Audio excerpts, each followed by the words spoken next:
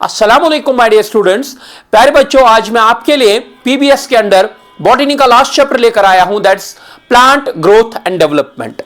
आइए बेटा देखते हैं कि इस प्लांट ग्रोथ एंड डेवलपमेंट में, इस वाले चैप्टर में क्या क्या आपके लिए इंपॉर्टेंट होने वाला है और क्या कुछ पूछा जा सकता है। मेरे बच्चों, किस चीज की पूछने की प्रोबेबिलिटी बहुत ज्यादा है।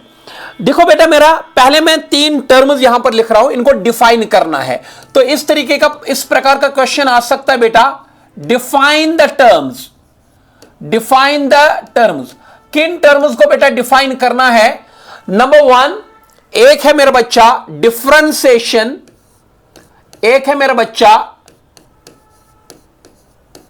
डिफरेंशिएशन, इसको डिफाइन करना है बेटा। Very good. दूसरा है डी डिफरेंशिएशन, है ना, डी डिफरेंशिएशन, इसको डिफाइन करना है मेरा बच्चा। और तीसरा है रीडिफरेंशिएशन। यह क्वेश्चन आपको पूछा जा सकता है बोर्ड एग्जाम्स में बेटे।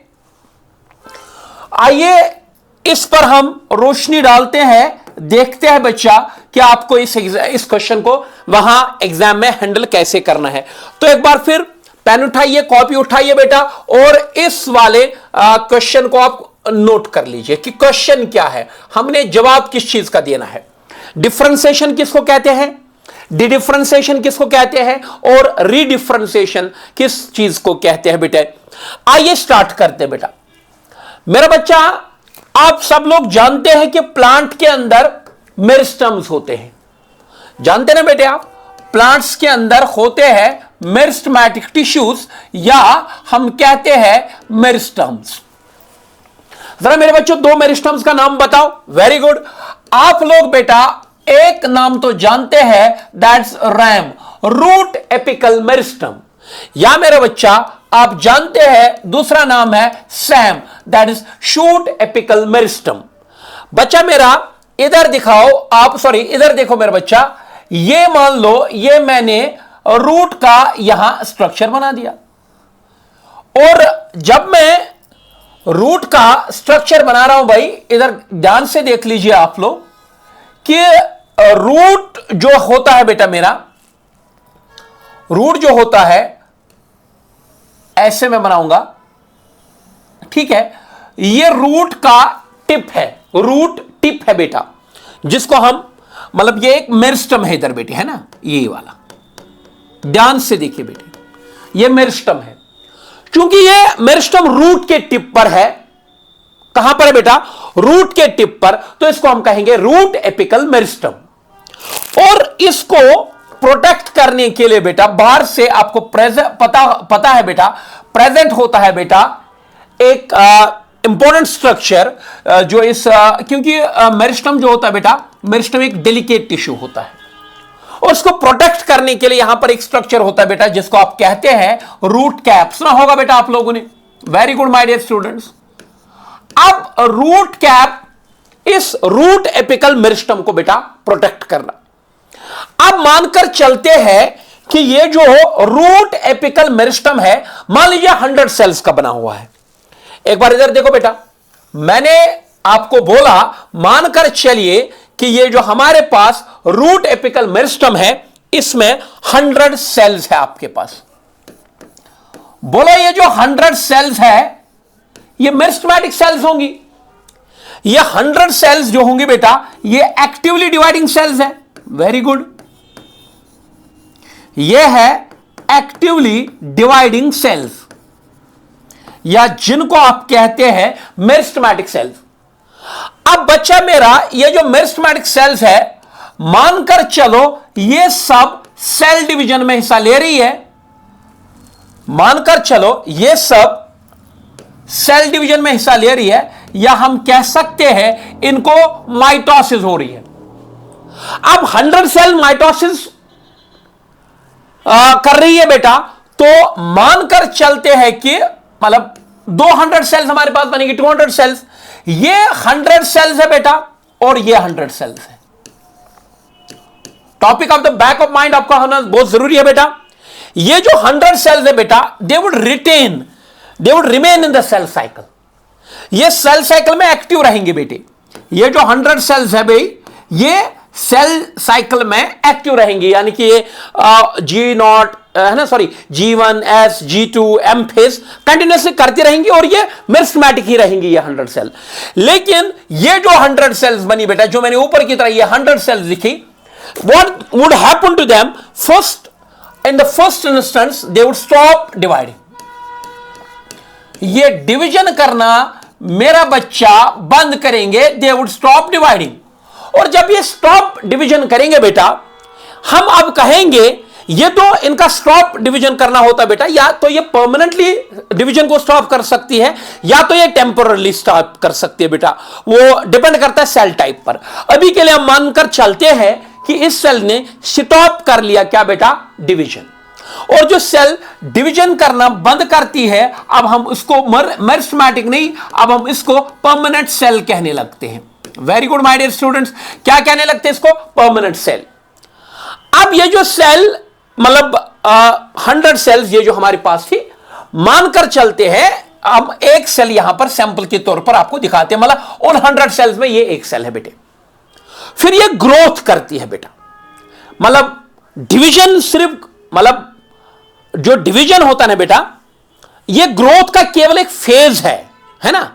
ग्रोथ के और फेजेस भी होते हैं, एलोंगेशन, मैचुरेशन। तो बाद में अब हम उन फेजेस को यहां डिस्कस नहीं कर रहे भाई। जब ये सेल डिवाइड करना बंद करेगी, परमानेंट सेल बनेगी, ठीक है ना बेटे। अब लेकिन परमानेंट बनने के प्रोसेस में मानकर चलते हैं ये जो सेल होती है ना बेटा, पहले इंस्टेंस पर ये अनडिफरेंशिएटेड होती है ना। पहले जब ये बनी या जब ये मेरिस्टेमेटिक स्टेट में थी, ये अनडिफरेंशिएटेड होती है। पहले ये सेल इलोंगेट करती है, मान लीजिए इसने सेल ने क्या कर दिया भाई, इलोंगेट, ऐसे बड़ी हो गई साइज में, है ना। इसका वैक्यूल का साइज बढ़ गया बेटा, इसमें प्रोटोप्लाज्मिक जो कंटेंट वगैरह है, मतलब मानकर चलते ये न्यूक्लियस है, ये प्रोटोप्लाज्म है, मान के चलिए इसको इलोंगेशन हो गई। क्या हुई बेटे, इलोंगेशन। इसमें बाकी सेल ऑर्गेनेल्स डेवलप हो गए, जो भी चेंजेस। अब मेरा बच्चा इलोंगेशन होने के बाद एक फेज में ये सेल एंटर करती है, उसको कहते हैं बेटे मेरे मैच्योरेशन। अब ये इलोंगेशन से बेटा जब हमने स्टार्ट किया था तो हमने क्या बोला था, ये सेल जब बनी थी ये अनडिफरेंशिएटेड थी। फिर एक टाइम आएगा कि यही सेल जो है अनडिफरेंशिएटेड, ये डिफरेंशिएटेड बन जाएगी। क्या बनेगी बेटे मेरे, ये डिफरेंशिएटेड सेल बनेगी। क्या बनेगी भाई, ये बनेगी डिफरेंशिएटेड सेल, ठीक है ना बेटा। अब लेकिन जब ये डिफरेंशिएटेड सेल बनेगी, अनडिफरेंशिएशन मतलब स्टेट से जब ये डिफरेंशिएटेड स्टेट में चली गई बेटे, इसमें कुछ चीजें मतलब चेंजेस कुछ आ जाएंगी। से मैं बोलूंगा इसमें सेल वॉल थिकनिंग्स हो जाएंगी, इसमें सेल वॉल थिकनिंग्स हो जाएंगी। पहले इसके पास जब ये मेरिस्टेमेटिक फेज में थी ये सेल, तो आप जानते हैं मेरिस्टेमेटिक सेल्स का वॉल थिन होता है, thin wall, primary cellulosic thin cell wall होते हैं इनके पास। अब सेल वॉल की थिकनिंग्स आने लगेगी, और सेल वॉल की थिकनिंग कैसी होगी वो डिपेंड करेगा कि इस सेल को आगे काम क्या करना है।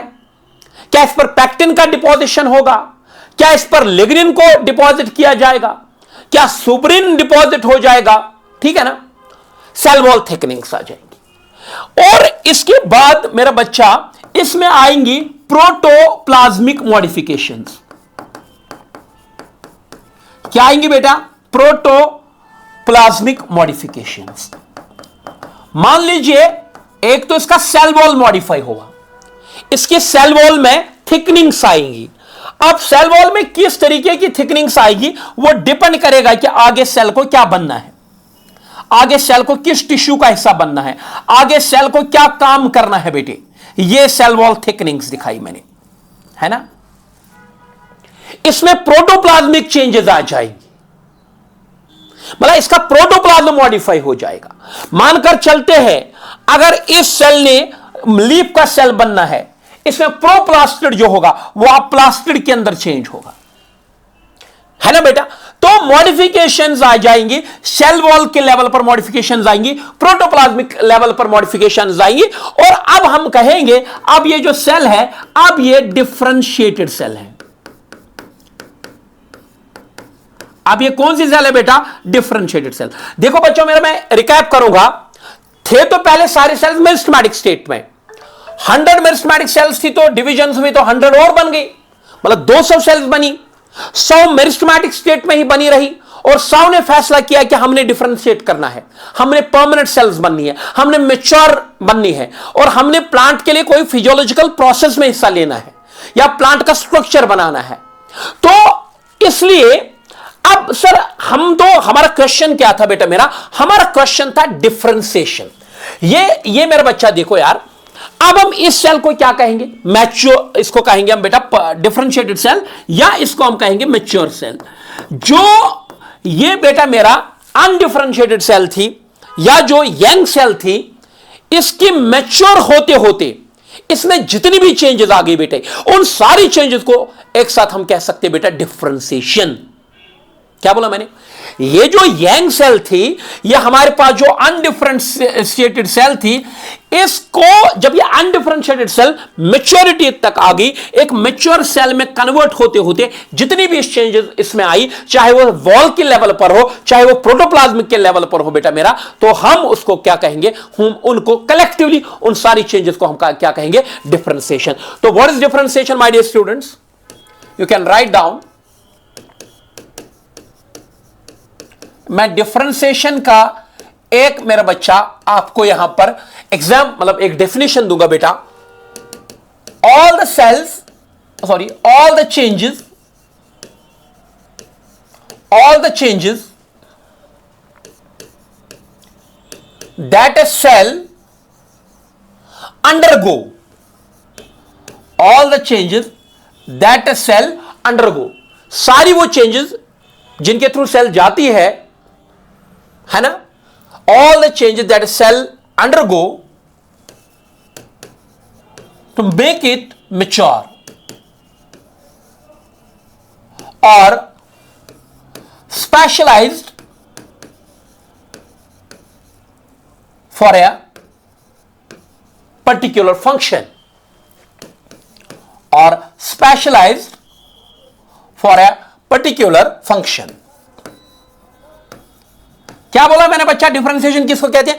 All the changes. मैंने कोई एक खास चेंज की बात नहीं की, सारी चेंजेस जो एक सेल में हो जाती है टू मेक इट मैच्योर, इसको मैच्योर बनाने तक, और स्पेशलाइज, ताकि स्पेशलाइज बने for a function, for a particular function. अब मैं जो दूसरा पॉइंट डिफरेंशिएशन में आपने नोट करना है बेटा, ये था पॉइंट नंबर 1। पॉइंट नंबर 2 जो है मेरा बच्चा वो है डिफरेंशिएशन इन्वॉल्व्स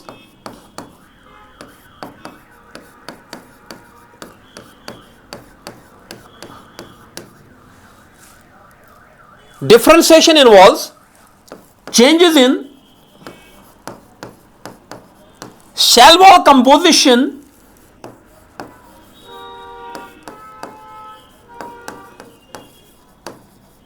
ब्रैकेट में थिकनिंग एटसेट्रा, या हम लिख सकते हैं cell wall thickening. Differentiation involves change in cell wall composition, cell wall thickenings, etc., and protoplasmic modifications.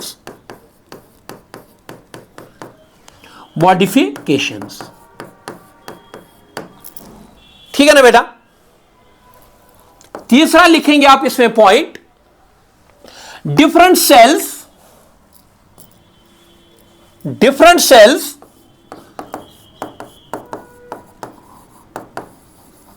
undergo different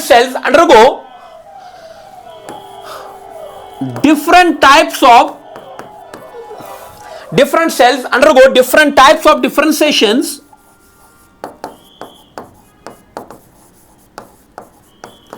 depending upon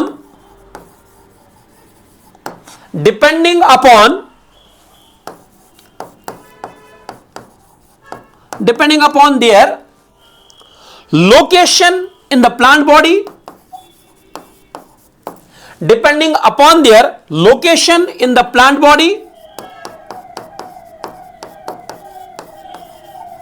and function they have to perform.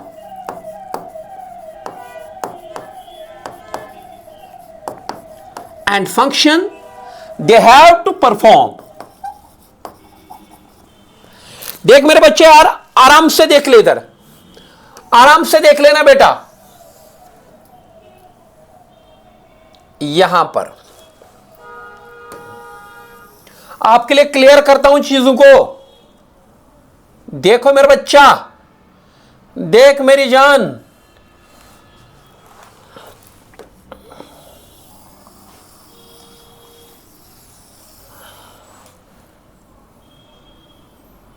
ये 3 point अच्छे से note कर, बढ़िया से नोट कर इन पॉइंट्स को। देख मेरा बच्चा, ये जो तीसरा पॉइंट मैंने लिखा, देखो यार, मान लो ये प्लांट का स्टेम दिखाया मैंने काट कर, अगर इधर कोई स्टेम की सेल है, इधर मान लो इधर कोई सेल है, ऑब्वियस सी बात है, चलो ये मैं रूट का, मतलब रूट का एलएस मैंने काट लिया, ये रूट है मेरे पास, मैंने इसका एलएस काट दिया, ऐसे काट दिया मैंने रूट को बेटे। मान लो रूट के अंदर इधर कोई सेल है, ऑब्वियस है ये सेल रूट हेयर नहीं बना सकती है, ये रूट हेयर में डिफरेंशिएट नहीं हो सकती है, ये जो सेल है मेरा बच्चा ये कॉर्टेक्स में डिफरेंशिएट नहीं हो सकती है। अगर ये सेंट्रली लोकेटेड है तो या तो ये जाइलम में या तो ये फ्लोएम में कन्वर्ट हो जाएगी, मतलब उसी तरीके में या तो ये डिफरेंशिएट हो जाएगी इनटू जाइलम सेल या तो डिफरेंशिएट हो जाएगी into the phloem cell. That is what I mean, it depends upon the location in the plant body and the function they have to perform. अब बेटा मेरा ये इस तरीके से, इसका डिफरेंशिएशन इस पर भी डिपेंड करेगा कि इसको क्या करना है। अगर इसको वाटर और मिनरल कैरी करना है तो ये जाइलम में डिफरेंशिएट हो जाएगा, और अगर इसी सेल ने फूड कंडक्शन करना है तो ये फ्लोएम में कन्वर्ट हो जाएगा। That is it, that is इसका जो डिफरेंशिएशन है मेरा बच्चा। तो ये मेरे बेटे लोकेशन पर भी डिपेंड करेगा, और ये इस चीज पर भी डिपेंड करता है, और ये इस चीज पर भी डिपेंड करता है मेरा बच्चा कि इसको काम क्या करना है, वो तो मैंने लिख लिया बच्चे। That is what I have to say. So this is what called as differentiation. अच्छा, डिफरेंशिएशन के एंड पर आप मुझे एक चीज बताइए कि डिफरेंशिएशन क्या करती है। ये एक मेरिस्टेमेटिक सेल को परमानेंट बनाती है। That's it. अब नेक्स्ट जो इसका पार्ट था, क्वेश्चन का नेक्स्ट पार्ट था बेटा मेरा, शाबाश, डी डिफरेंशिएशन। ठीक है, क्वेश्चन का दूसरा पार्ट है डी डिफरेंशिएशन। देख मेरा बच्चा, डी डिफरेंशिएशन किसको कहते हैं, आइए डिस्कस कर लेते हैं यहां पर। डी डिफरेंशिएशन का जो मामला है, मान लो ये मेरे पास कोई परमानेंट सेल है, ये कोई मेरे पास परमानेंट सेल है, से मेरे पास ये पेरेन्काइमा सेल है। क्योंकि आप जानते हैं जो पेरेन्काइमा सेल होती है बेटा, ये सबसे सिंपलेस्ट परमानेंट टिश्यू कहलाता है बेटा, और एक पेरेन्काइमेटस सेल मेरे पास, एक पेरेन्काइमा सेल मेरे पास है। मानकर चलिए ये जो पेरेन्काइमा सेल है, क्या ये परमानेंट है? हां है। ये मान इसमें प्रोटोप्लाज्मिक कंटेंट्स वगैरह है, ठीक है, जो भी है। तो ये मेरा बच्चा, ये मान ली ये कौन सी सेल है मेरे पास, पेरेन्काइमा सेल। सबसे सिंपलेस्ट टिश्यू होता है पेरेन्काइमा, और ये इसमें लेवल ऑफ स्पेशलाइजेशन जो होती है वो कम होती है। अब मानकर चलना है कि ये जो पेरेन्काइमा सेल है, एक बार मैंने बोल दिया आपको, ये पेरेन्काइमा सेल जो है बेटा ये परमानेंट सेल है। अब हम चाहते हैं कि ये परमानेंट सेल जो है, ये परमानेंट सेल जो है, ये एक बार फिर से मेरिस्टेमेटिक स्टेट में आए। ये फिर से किस स्टेट में आए? Meristematic state. मैंने पहले ही आपको बोला बेटा, मेरिस्टेमेटिक सेल्स क्या होती है? अनडिफरेंशिएटेड। तो ये डिफरेंशिएटेड है, ऑलरेडी ये डिफरेंशिएटेड है बेटे, ये डिफरेंशिएटेड सेल है, और एक अपने रोल के लिए स्पेशलाइज्ड है। मान लीजिए इसका रोल स्टोरेज है या कुछ भी है, हम चाहते हैं कि यही अनडिफरेंशिएट हो जाए, यही स्पेशलाइजेशन से डिस्पेशलाइज हो जाए, तो मेरा बच्चा इसकी ये जो स्पेशलाइजेशन इसको रिवर्स करना पड़ेगा, ताकि ये फिर से उसी मेरिस्टेमेटिक स्टेट में आए और फिर से डिवाइड करना शुरू करे और फिर से नई सेल्स ऐड करे। अब इसमें क्या चेंजेस आ जाएंगे ताकि ये फिर से एक मेरिस्टेमेटिक सेल में कन्वर्ट हो जाए, ताकि ये फिर से एक मेरिस्टेमेटिक सेल में कन्वर्ट हो जाए, या वो प्रोसेस जहां एक परमानेंट सेल जो है वो मेरिस्टेमेटिक सेल में कन्वर्ट हो जाए, वो एक मेरिस्टेमेटिक सेल में कन्वर्ट हो जाए। उस प्रोसेस को हम नाम देते हैं मेरे बच्चा डी डिफरेंशिएशन। उसी को हम नाम देते हैं डी डिफरेंशिएशन। तो मैं अगर डी डिफरेंशिएशन लिखूं तो आपको बोलिए आप ही क्या लिखूं? अरे बताओ ना मेरा बच्चा, यार यू आर माय स्टार यार, you can do it. D differentiation में क्या लिखोगे आप? The process through which a mature permanent cell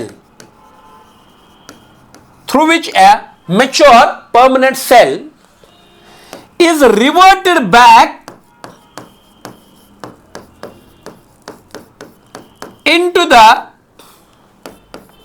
meristematic state, is reverted back into the meristematic state. The process through which a mature permanent cell is reverted back into the meristematic state, इसको हम कहते हैं बेटा D differentiation. इसमें होता क्या है बेटा? इसमें मैच्योर सेल जो होती है लूजेस इट स्पेशलाइजेशन, अपनी स्पेशलाइजेशन को लूज करती है and enters into the cell cycle again, enters into the cell cycle again.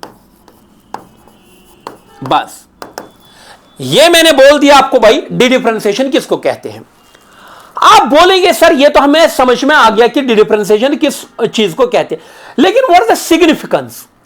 ऐसा होने से एक परमानेंट, एक अच्छी खासी परमानेंट सेल को सेल प्लांट वापस मेरिस्टेमेटिक बनाता है। इसका रीजन क्या है? What is the logic behind या what is the purpose behind? देख मेरा बच्चा, अगर फॉर एग्जाम्पल आपके पास एक मैच्योर प्लांट पार्ट है ना, मैच्योर प्लांट पार्ट है, इसको इंजरी हो गई, क्या होगी? इंजरी। तो इसको नई सेल्स बनानी है, मगर पार्ट क्या है भाई? मैच्योर परमानेंट सेल्स का पार्ट है, परमानेंट सेल्स का बना हुआ है। अब फिर से क्या करना है? एक्टिवली सेल डिवीजन में आना है, ताकि जो सेल्स इंजरी में सेल लॉस होगी उनको रिजुविनेट करना है बेटी, उनको रिजेनरेट करना है। तो उस टाइम पर यह डी डिफरेंशिएशन होना जरूरी है। या आप लोगों ने पढ़ा होगा इसी चैप्टर के अंदर एक term secondary growth. Secondary growth होती है ड्यू टू सेकेंडरी मेरिस्टम्स, और सेकेंडरी मेरिस्टम्स जितने भी होते हैं ना बेटा, they are formed through dedifferentiation, they are formed through dedifferentiation. फिर से मैंने बोला यार, डी डिफरेंशिएशन प्लांट को कब काम में आता है? मान लीजिए प्लांट की इंजरी हो गई, या प्लांट ने कोई पार्ट लूज कर दिया, ब्रांच कट गई प्लांट की, लीफ कट गया प्लांट का, फिर से बनाना है ना बेटे? मतलब एक परमानेंट पार्ट में इंजरी हो गई, परमानेंट पार्ट में, और सेल्स को रिजुविनेट करना है, रीजनरेट करना है सेल्स को बेटा।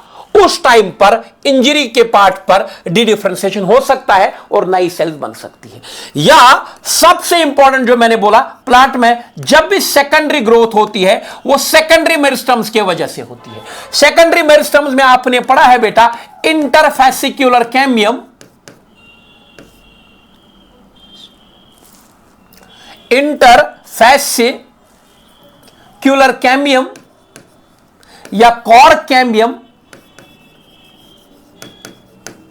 या वेस्क्यूलर कैम्बियम, ये सारे कैम्बिया जो बनते हैं बेटा, ये बनते हैं through the process of what is called as dedifferentiation. ठीक है ना बेटा। अब डी डिफरेंशिएशन से क्या बना भाई? Secondary meristem. अरे क्या बना? Secondary meristem. अब मैं तीसरी चीज पर आ रहा हूं। बोलो भाई, सेकेंडरी मेरिस्टम है, ये क्या करेगा? ये करेगा cell division. Again cell division करेगा तो अगेन न्यू सेल्स बनेगी। लेकिन ये जो न्यू सेल्स बनेगी बेटा, अगेन इनको परमानेंट बनने के लिए, मैच्योर बनने के लिए आप डिफरेंशिएशन करना है। अब जब इनको दोबारा से डिफरेंशिएशन करना है बेटा, उसी ताकि ये परमानेंट सेल्स में फिर से कन्वर्ट हो जाए। आराम से बेटा, यहां कोई जल्दबाजी नहीं है, आराम से देखना है बच्चों आपको। फिर से देखो, सेकेंडरी मेरिस्टम था, चाहे मेरिस्टम प्राइमरी हो सेकेंडरी हो, काम क्या है? Cell division. सेल डिवीजन है तो नई सेल्स बनी, नई सेल्स बनी तो इनको परमानेंट बनना है। अब इनको कोई काम करना है प्लांट में, इनको मैच्योर होना है, इनको स्पेशलाइज होना है। अब सेल्स को फिर से जब मैच्योर होना है बेटा, तो मैं कहूंगा मैच्योर परमानेंट सेल्स फिर से इनको बनना है, ताकि प्लांट के लिए कोई ना कोई काम करे, तो इनको फिर से डिफरेंशिएशन के थ्रू जाना पड़ेगा।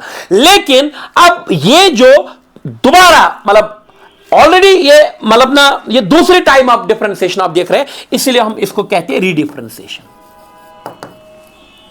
देखो पहले ये क्या था भाई? पहले इधर देख, ऐसे देख बेटे। पहले प्राइमरी परमानेंट टिश्यू था। क्या था? प्राइमरी परमानेंट टिश्यू था कि नहीं? इसको हो गई डी डिफरेंशिएशन। बोलो क्या बना? Secondary meristem. बोलो जब ये परमानेंट टिश्यू था, इसका मतलब एक बार तो डिफरेंशिएशन हुई थी। अब सेकेंडरी मेरिस्टम बन गया तो सेकेंडरी परमानेंट टिश्यूज बनेंगे। अब जब मेरिस्टम से सेकेंडरी परमानेंट टिश्यू बनेगा, मैच्योर परमानेंट टिश्यू बनेगा, तो दूसरी बार डिफरेंशिएशन होनी पड़ेगी, उसको कहेंगे रीडिफरेंशिएशन। क्या कहेंगे? रीडिफरेंशिएशन। तो तीनों टर्म्स आपको क्लियर हो गई। रीडिफरेंशिएशन क्या सर, अगर हमने लिखना होगा रीडिफरेंशिएशन क्या होता है बेटे, तो आप क्या बोलेंगे बेटे? Formation of secondary permanent tissues. क्या लिखेंगे? चलो लिख ही लेते इधर, formation of secondary permanent tissues. Secondary permanent tissues का बनना from the derivatives of secondary meristems, उन सेल्स से जो सेकेंडरी मेरिस्टम से डिराइव होगी। Formation of secondary permanent tissues from the derivatives of secondary meristems बेटा, इसको हम कहते हैं डी डिफरेंशिएशन। पर्पस, इसका पर्पस क्या है बेटा? इसका पर्पस है यही, formation of secondary permanent tissues like secondary xylem, secondary phloem, secondary cortex etcetera. तो ये मेरा बच्चा जो तीन टर्म्स थी, ये मैंने आप तक पहुंचाई, तो इनको एक बार नजर देना बेटा, इनको पूछा जा सकता है वहां पर बेटे। ठीक है ना? अब एक और चीज जो है बेटा, जिसके बारे में आपको याद करना है, वो है growth patterns.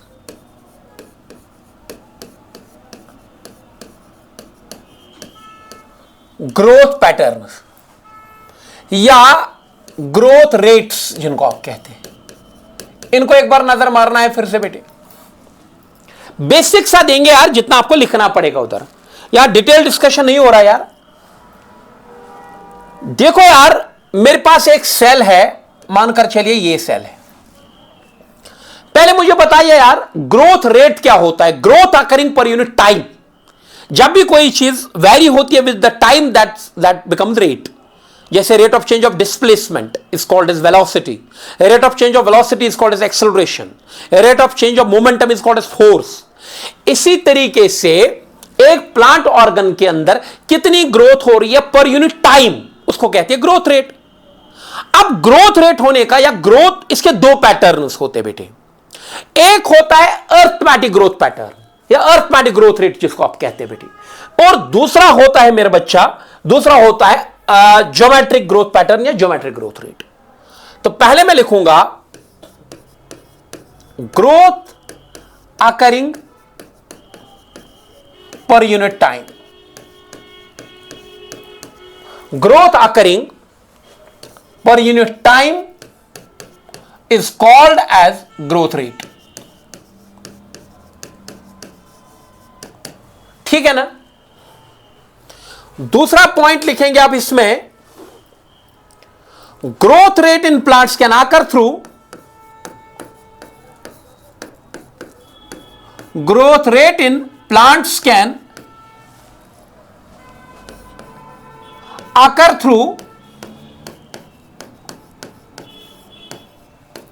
two patterns, can occur through two patterns. One's arithmetic growth rate, one is arithmetic growth rate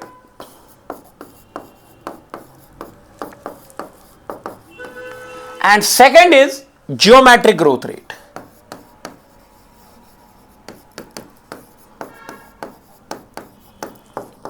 इनको मैं थोड़ा थोड़ा से आपके साथ डिस्कस करना चाहूंगा बेटी। मानकर चलिए ये मेरे पास एक प्लांट सेल है और ये मेरिस्टेमेटिक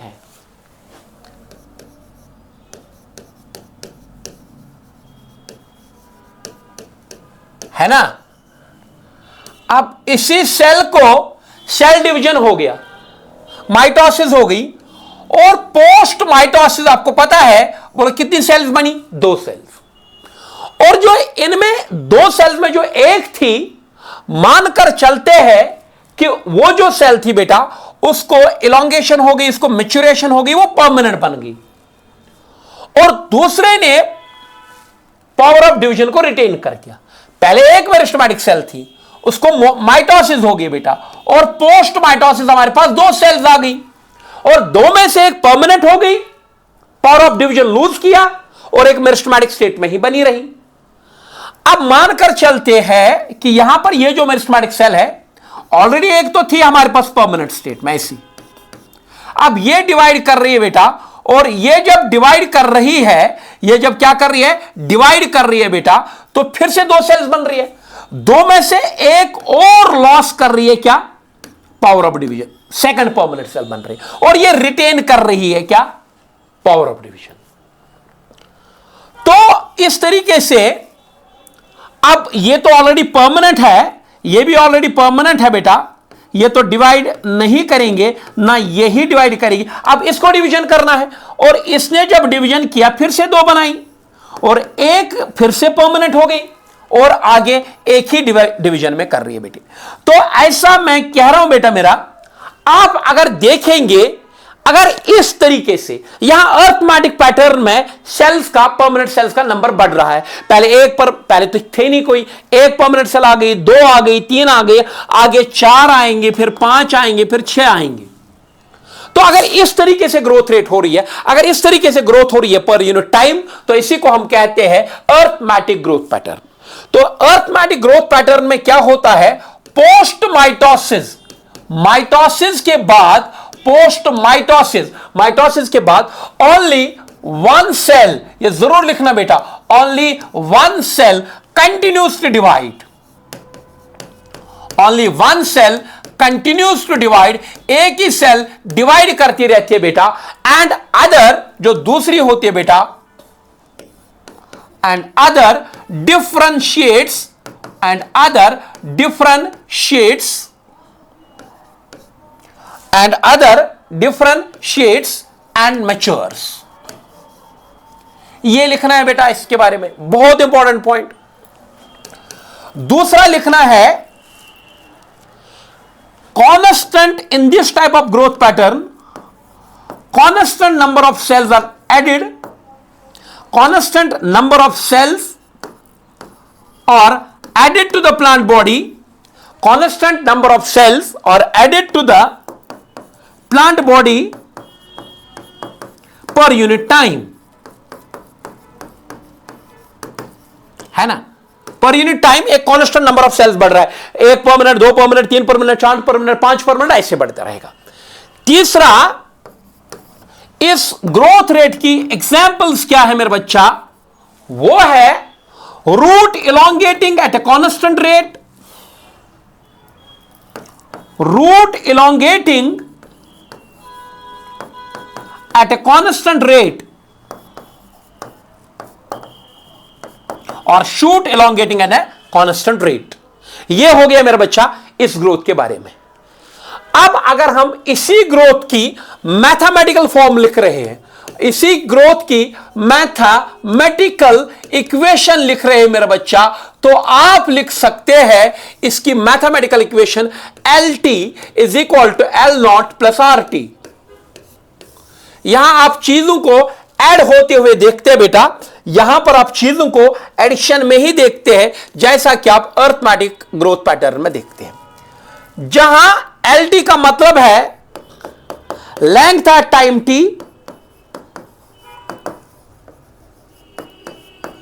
मान लीजिए रूट का लेंथ दे रहे हैं हम, L0 is equal to initial length of the root या initial length, R is equal to growth rate, T is equal to time. तो मेरा बच्चा ये इसका मैथमेटिकल रिप्रेजेंटेशन हो गया। अगर इस ग्रोथ को हम मैथमेटिकली रिप्रेजेंट करना चाहते हैं तो कैसे रिप्रेजेंट कर सकते हैं, LT is equal to L0 plus RT, where LT is equal to length at time T, L0 is equal to initial length, R is equal to growth rate, T is equal to time. So that is my dear students, ये आपको याद करना है।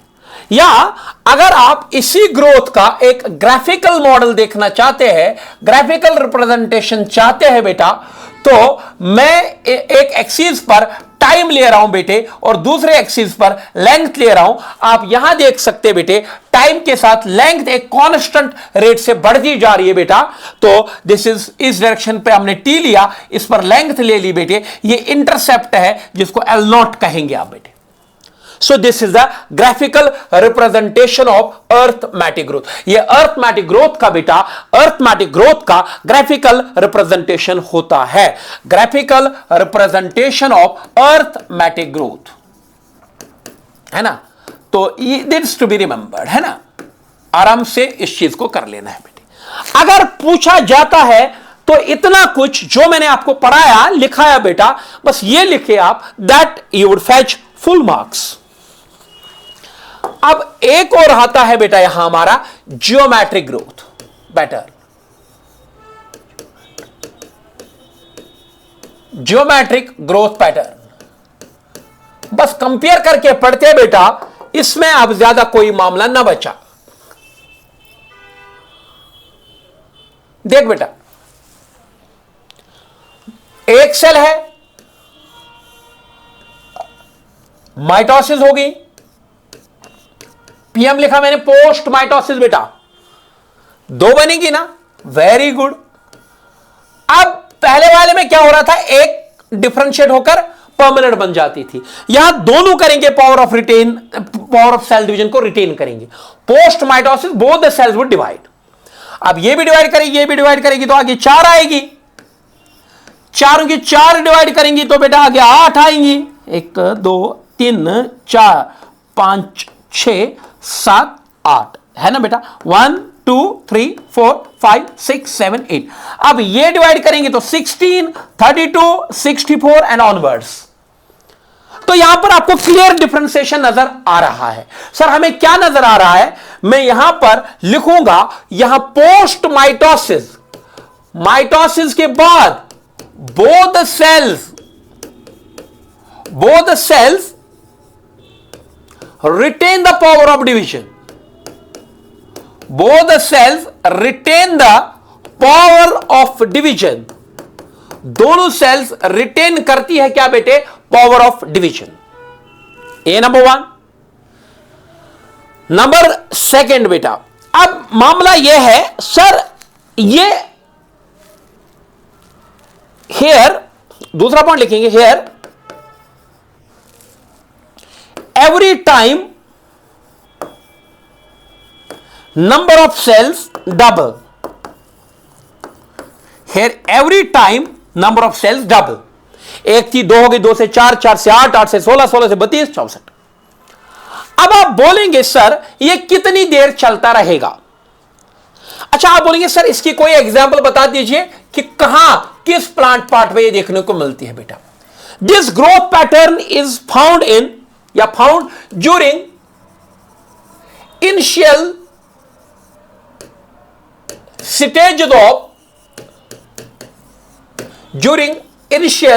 Stage of embryogenesis.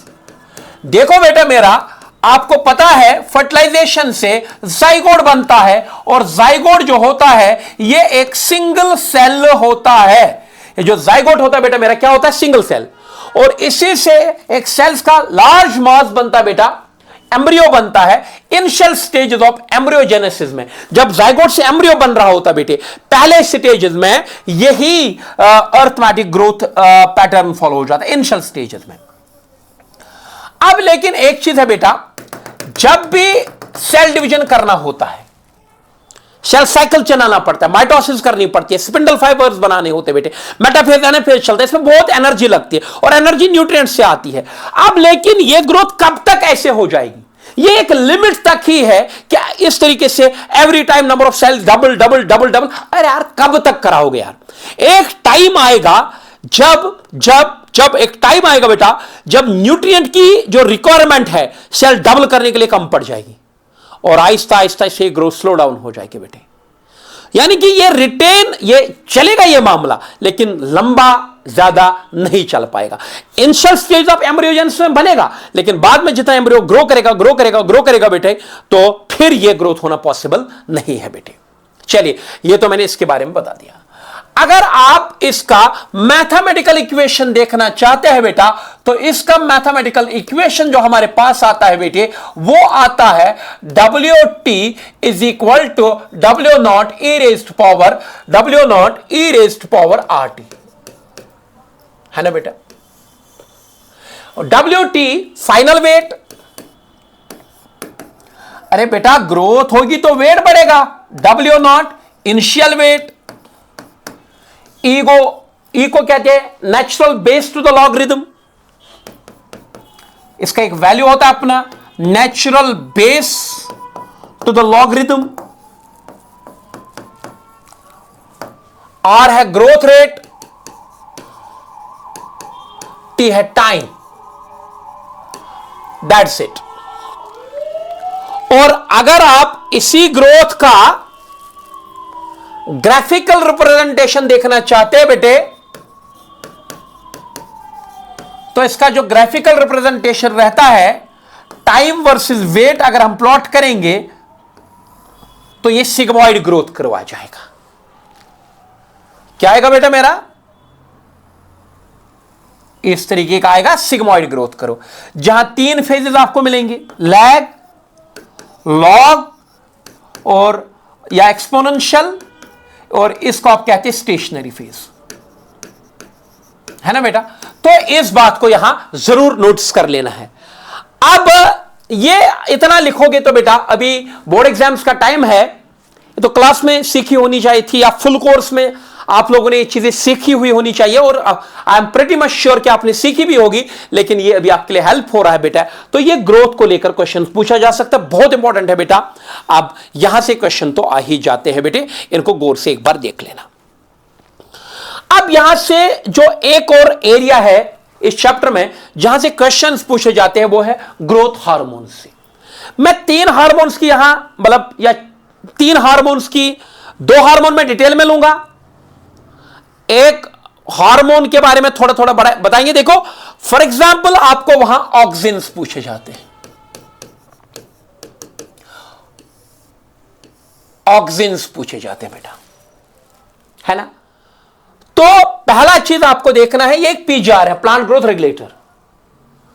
तो पहले लिखेंगे आप, it is plant growth promoter, है ना बेटा। मतलब ये ग्रोथ एक्टिविटीज को प्रमोट करता है। टर्म है ग्रोथ रेगुलेटर, ग्रोथ को रेगुलेट करना।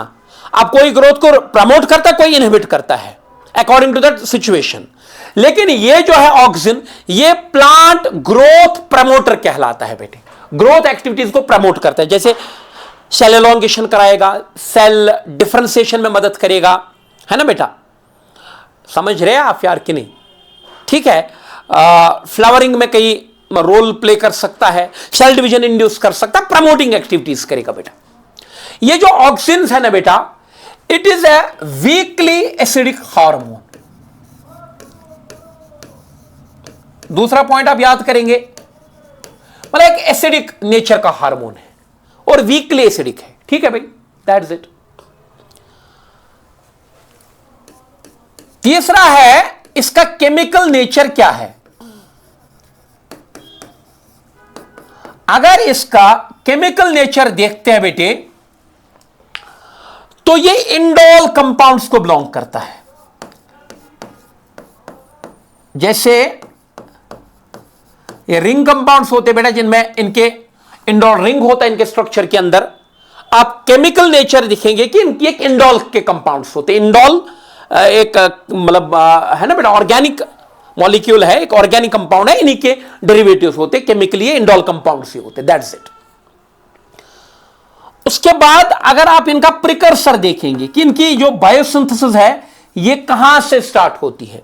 इनका प्रिकर्सर है तो इंडोल कंपाउंड्स, लेकिन कहां से बनते हैं ये इंडोल कंपाउंड्स, कैसे बायोसिंथेटिक पाथवे स्टार्ट होती।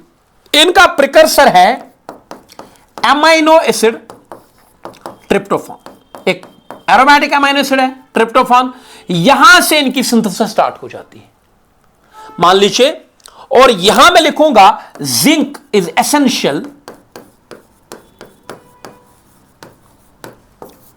For their biosynthesis. Zinc is essential for their biosynthesis. मान लीजिए पाथवे है, ट्रिप्टोफान से स्टार्ट होती है, मान लीजिए उस पर एंजाइम काम करता है, किसी और इंटरमीडिएट में कन्वर्ट होता है, बाद में उस पर कोई और एंजाइम करेगा E2 में, बाद में E3, और फाइनली ऑक्सिन्स बन जाते हैं। यानी कि और ऑक्सिन्स का स्ट्रक्चर देखेंगे, इंडोल कंपाउंड्स होते हैं, लेकिन प्रिकर्सर है ये ट्रिप्टोफान। ये तो आपको समझ में आया होगा। अब ये जो ऑक्सिन्स होते हैं बेटा हमारे पास, ये दो प्रकार के होते हैं, नेचुरल ऑक्सिन्स, और जिनको हम लैब में केमिकल मेथड से सिंथेसाइज कर सकते हैं, उनको हम कहते हैं सिंथेटिक ऑक्सिन्स। हमारे पास दो प्रकार के ऑक्सिन्स मिलते हैं, एक होते हैं नेचुरल ऑक्सिन्स जो प्लांट नेचुरली सिंथेसाइज करते हैं, और दूसरा होता है सिंथेटिक ऑक्सिन्स जिनको लेबोरेटरी मेथड से बनाया जाता है। जैसे अगर मैं नेचुरल ऑक्सिन्स की बात करता हूं, नेचुरल ऑक्सिन्स की बात करता हूं, इसमें हमारा जो सबसे इंपॉर्टेंट आता है वो आता है indole acetic acid, IAA, indole acetic acid, बहुत ही कॉमन नेचुरली मिलने वाला ऑक्सिन, या IBA, इंडोल ब्यूटायरिक एसिड, या नेप्थलीन एसिटिक एसिड।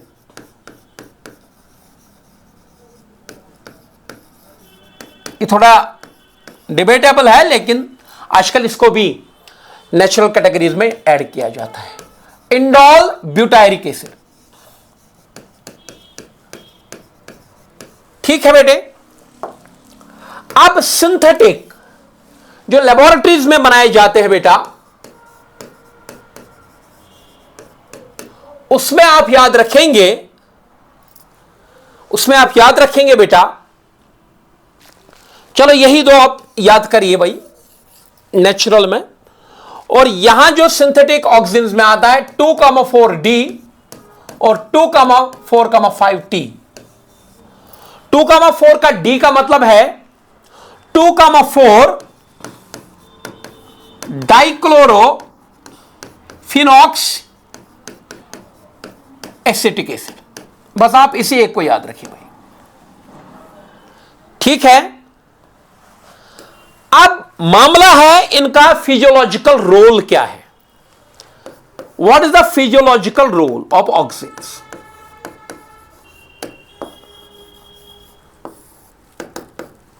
इसका अगर फिजियोलॉजिकल रोल देखते हैं, number 1, it is responsible for apical dominance.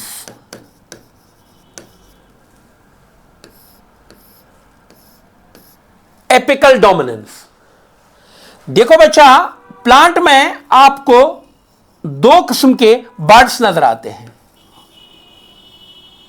Birds नहीं कहा, बर्ड्स कहा मैंने। एक ये है एपिकल बर्ड, और ये दूसरा है लेटरल बर्ड।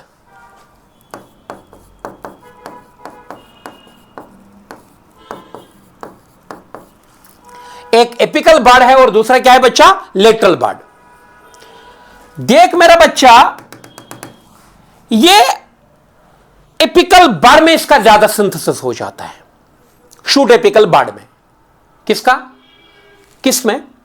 मतलब ऑक्सीजन की जो ज्यादा बायोसिंस होती है वो एपिकल बर्ड में, यहां पर इसकी कंसंट्रेशन ज्यादा होती है। और ये ग्रोथ प्रमोटर है, यहां ग्रोथ प्रमोट करता है। और ये जब यहां ग्रोथ ज्यादा होती है तो प्लांट की जो लेंथ ऑफ एक्सिस है वो बढ़ती ही जाती है, प्लांट लेंथ में बढ़ता ही जाता है बेटे। एपिकली प्लांट ज्यादा ग्रो करता है। और एट द सेम टाइम जो ये लेटरल बर्ड है ये सप्रेस्ड रहते हैं बेटे, और ये ज्यादा ग्रो नहीं कर पाते, मतलब ब्रांचेस वगैरह ज्यादा नहीं आ पाती हैं, प्लांट लेंथ में बढ़ जाता है बेटे। तो इसको हम कहते हैं एपिकल डोमिनेंस। ठीक है ना बेटा? More growth in the apical bud, या मोर, ऐसे हम लिखेंगे, मोर एपिकल ग्रोथ होना and suppression of lateral buds is called as apical dominance. इसी को एपिकल डोमिनेंस कहते हैं। ये एपिकली बर्ड ज्यादा ग्रो करना और लेटरल बर्ड्स की ग्रोथ कम पड़ना, इसी को हम क्या कहते हैं बेटे? Apical dominance. तभी क्या होता है बेटा, अगर आप प्लांट की लेटरल ग्रोथ कराना चाहते हैं, आप डिकैपिटेशन करते हैं, स्टिप को काटते हैं, और ताकि लेटरल बर्ड्स में ग्रो हो जाए और प्लांट लेटरली बढ़े, लेंथ में कम रहे बेटे। जैसे हेज मेकिंग में हम यूज करते हैं, टी प्लांटेशन में हम यूज करते हैं बेटे, वो सारा कुछ डिटेल्ड में है एनसीईआरटी में, लेकिन अभी के लिए ये बेटा। दूसरा इसका जो इंपॉर्टेंट है, इट प्रिवेंट्स, ऑक्सीजन का एक और रोल बताऊंगा, it prevents senescence of young plant parts.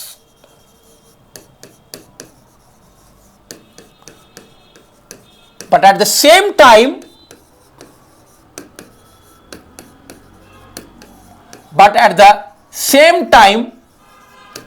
promotes the abscission of older parts. देखो यार, ये यंग प्लांट पार्ट्स को, यंग लीव्स को, यंग फ्रूट्स को, यंग बर्ड्स को प्लांट से गिरने से रोकता है, उनके एब्सिशन को रोकता है। लेकिन अगर मैच्योर पार्ट हुआ है, ओल्डर पार्ट है, सेनिसेंट पार्ट है, उसकी एब्सिशन को ये प्रमोट करता है बेटे। ठीक है, दैट्स इट। इट तीसरा है, it induces parthenocarpy in tomato. Tomato में ये पार्थेनोकार्पी इंड्यूस करता है। पार्थेनोकार्पी आप जानते हैं बेटे, formation of fruit without fertilisation, fertilisation के बगैर ही ओवरी को फ्रूट में कन्वर्ट करता है। चौथा लिखेंगे, it helps in xylem differentiation. ये प्लांट के जाइलम जो डिफरेंशिएट होता है, यानी कि प्रोकैम्बियम से जो सेल्स बनती है, मतलब मेरिस्टम से जो सेल्स बनती है, जिन सेल्स को जाइलम बनना है, जाइलम में डिफरेंशिएट होना है, सेल्स को जाइलम में डिफरेंशिएट करने में ये मदद करता है। इसी तरीके से मैं कहूंगा, जो ये 2,4D होता है, it is a selective weedicide.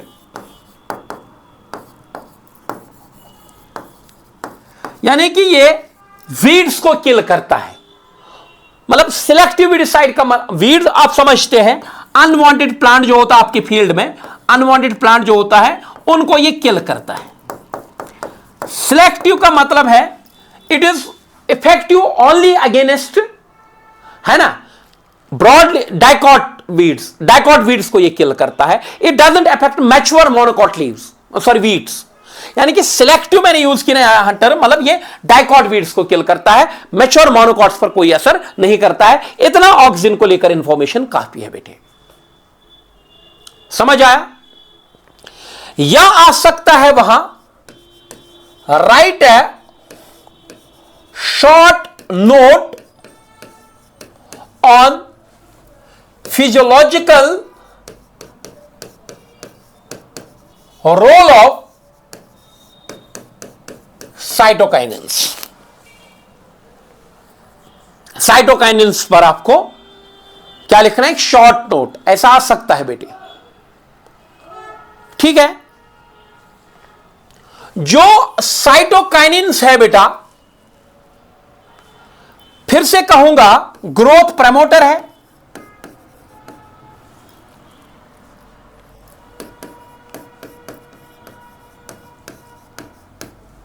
Basic growth hormone है,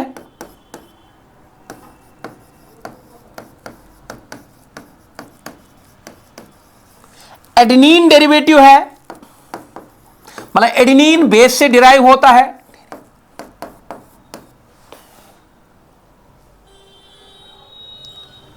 young and actively dividing parts में बनता है,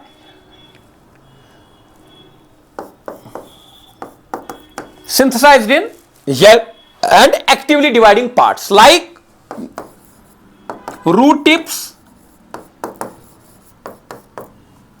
young fruits या young leaves, young fruits etc. फिर से बोलो, ग्रोथ प्रमोटर है, एब्सिसिक बेसिक नेचर का ग्रोथ हार्मोन है, एडेनिन से डिराइव हो जाता बेटा, यंग और एक्टिवली डिवाइडिंग पार्ट्स में सिंथेसाइज हो रहा है, जैसे ग्रोइंग रूट टिप्स पर, यंग लीव्स पर, यंग फ्रूट्स पर ये सिंथेसाइज हो जाता है बेटा। इसके बारे में ये चीज याद करना है। उसके बाद हम क्या बोलते हैं बेटा, इसका देखो यार, ये अगर रोल की बात करेंगे, फिजियोलॉजिकल रोल की बात करेंगे इसकी,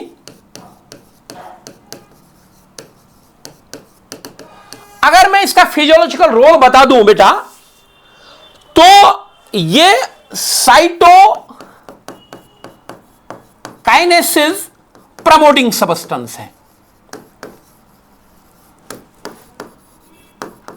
मतलब ये साइटोकाइनेसिस को प्रमोट करता है, साइटोप्लाज्मिक डिवीजन को, और ये जब प्रमोट करेगा साइटोप्लाज्मिक डिवीजन, तो सेल डिवीजन भी प्रमोट हो जाएगा। तो इसका मोस्ट इंपॉर्टेंट रोल जो है बेटा, वो है it induces cell division. Primary काम इसका ये है, इट इंड्यूसेस सेल डिवीजन। ये आपको याद करना पड़ेगा, सेल डिवीजन इंड्यूस करता है। इसलिए ये रूट टिप्स पर, जहां मेरिस्टम होता है, शूट टिप पर ये बहुत बनता है बेटे, रूट टिप पर पर्टिकुलरली ज्यादा बनता है। नंबर सेकंड जो है, इट इंड्यूसेस शूट फॉर्मेशन। ये शूट फॉर्मेशन को इंड्यूस कर लेता है,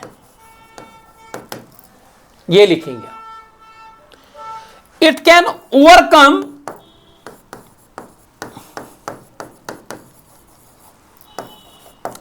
एपिकल डोमिनेंस। इंपॉर्टेंट पॉइंट है, ऑक्सिन एपिकल ग्रोथ को प्रमोट करते थे, एपिकल ग्रोथ को प्रमोट करते थे ये कौन? ऑक्सिन।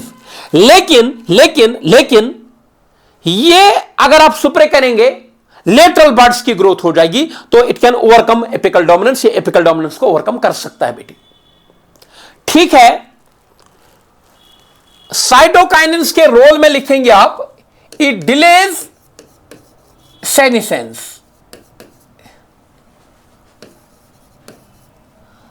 और आई कैन से ये सेनेसेंस या एजिंग को डिले कर लेता है। ठीक है, मतलब ये पार्ट्स को, प्लांट्स को फ्रेश, मतलब ग्रीन, हरा भरा रखते बेटे। और कैसे ये हरा भरा रखते बेटा? ये इंड्यूस करता है फॉर्मेशन ऑफ क्लोरोप्लास्ट। ये नए नए क्लोरोप्लास्ट बनने में मदद करता है। It induces shoot formation. Shoot formation में मदद करता है। जितना शूट बनेगा, ब्रांचेस बनेंगे, लीव्स बनेंगे, उतना प्लांट ग्रीन रहेगा। तीसरा, ये न्यूट्रिएंट मोबिलाइजेशन कराता है बेटे। न्यूट्रिएंट मोबिलाइजेशन का मतलब ये ओल्डर पार्ट्स से न्यूट्रिएंट्स को मोबिलाइज करके यंगर ग्रोइंग पार्ट्स पर मतलब भेज देता है, ताकि वहां न्यूट्रिएंट सप्लाई बनी रहे, ग्रोथ बनती रहे बेटा, और वहां जब ग्रोथ होती रहेगी बेटा, एजिंग डिले हो जाएगी। तो यह था अबाउट क्या? साइटोकाइनिन। यह साइटोकाइनिन के बारे में था बेटा। अब एक टर्म पूछी जा सकती है बेटा,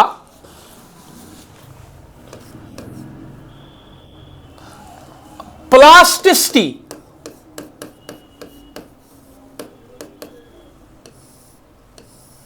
प्लास्टिसिटी देखो बेटा, plants have the ability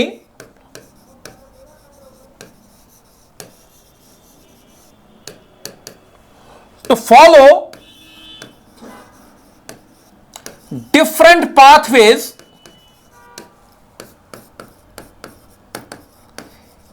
in response to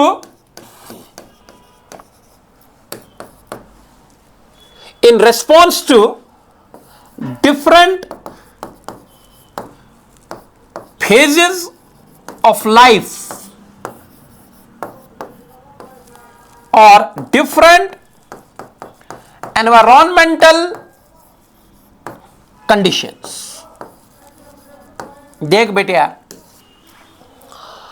plants जो होते हैं ना भाई, मैं आपको सीधी तरीके से समझाऊंगा। जब हम सीड सो करते हैं, सीड जर्मिनेट करता है। जर्मिनेट करने के बाद पहले अगर मैं एक एंजियोस्पर्म की बात करता हूं, वेजिटेटिव ग्रोथ होती है, यानी कि पहले रूट ग्रो करता है, स्टेम ग्रो करता है, लीव्स ग्रो करती है, और एक टाइम आ जाता है बेटा कि जब अब वेजिटेटिव ग्रोथ बहुत कंप्लीट हो जाती है बेटा, और अब प्लांट सोचता है कि मेरी वेजिटेटिव ग्रोथ कंप्लीट हो गई, अब मैं फ्लावरिंग करूं। तो अभी तक वेजिटेटिव पाथवे के जीन्स काम कर रहे थे, वेजिटेटिव पाथवे के मतलब पाथवेज काम कर रही थी। अब क्या हो जाएगा? अब प्लांट को फ्लावर बनाने की बारी आ गई। अब एक डिफरेंट डेवलपमेंटल पाथवे स्टार्ट हो जाएगी, जहां पर शूट एपिकल मेरिस्टम को या शूट एपेक्स को फ्लावर में मॉडिफाई किया जाएगा, फ्लावर बनेगा, फ्लावर के पार्ट्स बनेंगे, फ्लोरल अपेंडेजेस बनेंगे, स्टैमिन कार्पल बनेगा, पॉलिनेशन होगा, फर्टिलाइजेशन होगा। तो फिर उसके बाद सीड वीड बन गया, प्लांट मैच्योर भी हो गया। अब एजिंग की बारी आ गई, तो एक अलग पाथवे, सेनेसेंस की पाथवे शुरू होगी। तो प्लांट के पास ये एबिलिटी रहती है कि ये अलग अलग डेवलपमेंटल फेजेस में अलग अलग पाथवेज को मतलब ऑपरेट कर सकता है। इस मतलब फिनोमिनन को हम प्लास्टिसिटी नाम देते हैं। या मैं ऐसे कहूंगा बेटा, in response to different environmental conditions. Environmental condition different है तो ये डिफरेंट चीज से करेगा, डिफरेंट स्ट्रक्चर्स बनाएगा। एनवायरमेंटल कंडीशन डिफरेंट है तो डिफरेंट स्ट्रक्चर्स बनाएगा बेटा। इस प्लास्टिसिटी की एक टिपिकल एग्जांपल है मेरा बच्चा, हेटेरोफाइली।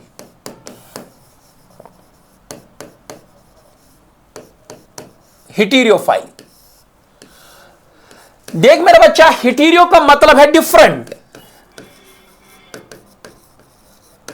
और फाइली का मतलब है बेटे लीफ फॉर्मेशन, मतलब अलग अलग लीव्स के बनना। एक ही प्लांट अलग अलग किस्म की लीव्स बनाता है, इसको हेटेरोफाइली कहते हैं। देख मेरा बच्चा, ये जो हेटेरोफाइली है ये दो प्रकार की होती है। एक होती है डेवलपमेंटल हेटेरोफाइली,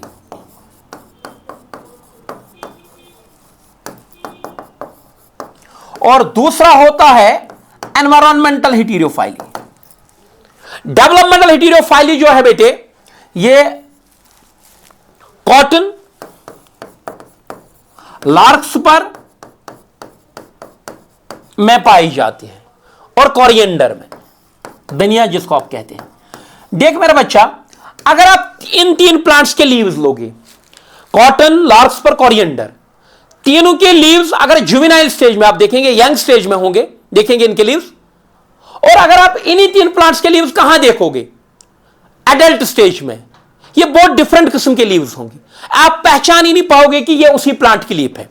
मतलब जब कॉटन का प्लांट जुवेनाइल स्टेज में है, ये एक अलग तरीके का लीफ बनाता है, मतलब वेजिटेटिव, मतलब जुवेनाइल स्टेज में। और जब ये अडल्ट बन गया, यही बड़ा प्लांट बन गया कॉटन, इसका लीफ देखोगे वो एंटायरली डिफरेंट दिखेगा। सेम इस केस में लार्क्सपर एंड कोरिएंडर, इसको हम कहते हैं बेटा अलग अलग डेवलपमेंटल फेज के साथ लीफ बदलता है, लीफ का नेचर बदलता है। एक तो ये एक प्लास्टिसिटी की एग्जांपल है। दूसरा है एनवायरमेंटल हेटेरोफाइली, इसको यहां हम ले लेते हैं बेटे। ये देखा जाता है बटरकप में, एक प्लांट है बेटा, नहीं बटरकप एक प्लांट है, रननक्यूलस जिसको आप कहते हैं बेटे। ये एक ऐसा हाइड्रोफाइट है जिसका आधा पार्ट पानी के ऊपर होता है, मान लीजिए ये एरियल होता है, और आधा पार्ट जो होता है वो पानी के नीचे होता है। जो लीव्स पानी के ऊपर है ये फुल है, एंटायर लीव्स है। और जो लीव्स कहां है, पानी के नीचे, वो डाइसेक्टेड है बेटे। वो लीव्स क्या है बेटा, वो डाइसेक्टेड लीव्स है। मुझे बताओ यार, ऊपर जो पानी के ऊपर लीव्स है वो क्या है, फुल लीव्स, वो कटी पिटी नहीं है। और जो इसी प्लांट की जो लीव्स है जो पानी के नीचे है वो डाइसेक्टेड है, ताकि पानी इनके बीच में इजीली फ्लो कर पाए और ये प्लांट से कटे नहीं, so that they will not offer resistance to the movement of water. तो ये डाइसेक्टेड लीव्स मिलती है। एक ही प्लांट है लेकिन ये अलग एनवायरमेंट में है, जहां पानी है और ये हवा में है, तो अलग अलग किस्म की लीव्स होती है बेटा। इसको भी हम हेटेरोफाइली कहते हैं, लेकिन ये एनवायरमेंट इंड्यूस्ड हेटेरोफाइली है और ये डेवलपमेंट इंड्यूस्ड हेटेरोफाइली है बेटा। तो इन क्वेश्चंस को ठीक ठाक देख लेना बेटा। तो इसके अलावा थोड़ा सा नजर देना मेरा बच्चा जिबरलिन्स को, कॉपी से देख लेना एक बार, और इथाइलिन के 2-4 फंक्शन याद रखना। That's it. Thank you for having you here tomorrow today. तो बाकी इंशाल्लाह जो ये आपका कोर्स का एंड था, मैं फिर भी देखूंगा अगर हमारे पार्ट पे कोई और हम हेल्प कर सकते बेटा, we would be very pleased to help our dearest students. Thank you, God bless you all.